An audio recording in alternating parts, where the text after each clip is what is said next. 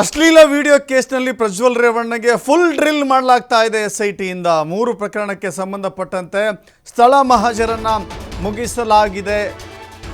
SIT ಸ್ಥಳ ಮಹಾಜರನ್ನ ಆ ಪ್ರಕ್ರಿಯೆಯನ್ನು ಮುಗಿಸಿದೆ.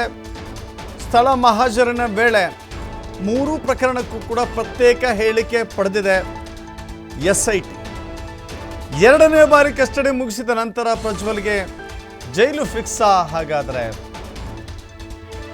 ಪ್ರತ್ಯೇಕ 3 ಪ್ರಕರಣದ ತನಿಖಾಧಿಕಾರಿಗಳಿಂದ ನಡೆದಿದ್ದಂಥ ವಿಚಾರಣೆ.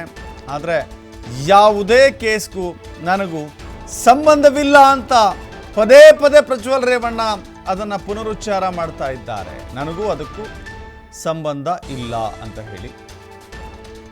ಹೀಗಾಗಿ ಈಗ ಸಂತ್ರಸ್ತೆಯರು ಹೇಳಿಕೆ ಹಾಗೂ ಪ್ರಜ್ವಲ್ ಹೇಳಿಕೆ ಆಧಾರದ ಮೇಲೆ ತನಿಖೆ ಆಗ್ತಾ ಇದೆ.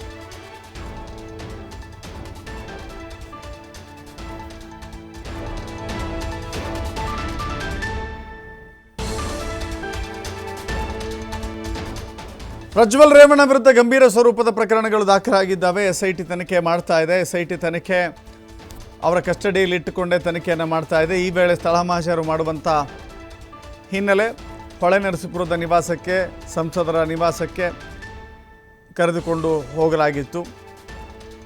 ಸ್ಥಳ ಮಹಾಜರಿನ ವೇಳೆ ಅವರ ಮನೆಯಲ್ಲಿ ಸಂತ್ರಸ್ತೆಯರು ನೀಡಿದಂಥ ಹೇಳಿಕೆ ಆಧಾರದ ಮೇಲೆ ಯಾವ ಜಾಗದಲ್ಲಿ ಘಟನೆ ನಡೆದಿದೆ ಅಂತ ಹೇಳಿದ್ದಾರೋ, ಯಾವ ಸ್ಥಳದಲ್ಲಿ ಅಂಥ ಕೃತ್ಯಗಳು ನಡೆದಿದೆ ಅಂತ ಹೇಳಿ ಸಂತ್ರಸ್ತೆಯರು ಆರೋಪ ಮಾಡಿದ್ದಾರೋ ಅಂಥ ಜಾಗದಲ್ಲಿಯೇ ವಿಚಾರಣೆಯನ್ನು ಅಥವಾ ಸ್ಥಳ ಮಹಾಜರನ್ನು ಮಾಡಲಾಗಿದೆ.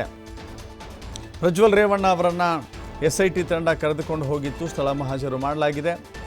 ಸ್ಥಳ ಮಹಾಜರು ಪ್ರಕ್ರಿಯೆಯನ್ನು ಸಂಪೂರ್ಣಗೊಳಿಸಲಾಗಿದೆ. ಇನ್ನು ಪ್ರಜ್ವಲ್ ರೇವಣ್ಣ ಆರಂಭದಿಂದಲೂ ಕೂಡ ಇಲ್ಲಿವರೆಗೆ ತನಗೂ ಮತ್ತು ಆ ಕೇಸುಗಳಿಗೂ ಸಂಬಂಧ ಇಲ್ಲ, ನನಗೂ ಅದಕ್ಕೂ ಸಂಬಂಧ ಇಲ್ಲ ಎನ್ನುವ ಹೇಳಿಕೆಯನ್ನು ಹೊರತುಪಡಿಸಿ ಬೇರೆ ಯಾವುದೇ ರೀತಿಯ ಹೇಳಿಕೆಯನ್ನು ಕೊಟ್ಟಿಲ್ಲ. ಪ್ರಕರಣದ ವಿಚಾರಕ್ಕೆ ಸಂಬಂಧಪಟ್ಟಂತೆ ಯಾವುದನ್ನು ಕೂಡ ಪ್ರಜ್ವಲ್ ರೇವಣ್ಣ ಒಪ್ಕೊಂಡಿಲ್ಲ. ನನಗೆ ಸಂಬಂಧಪಡದ ವಿಷಯಗಳನ್ನು ನನಗೆ ಕೇಳಬೇಡಿ ಅಂತಲೇ ಹೇಳ್ತಾ ಇದ್ದಾರೆ ಹೊರತಾಗಿ ಬೇರೆ ಯಾವುದೇ ವಿಚಾರದಲ್ಲಿ ಅವರು ಮಾತನಾಡ್ತಾ ಇಲ್ಲ. ಇದು SITಗೆ ತಲೆನೋವಾಗಿ ಪರಿಣಮಿಸಿದೆ.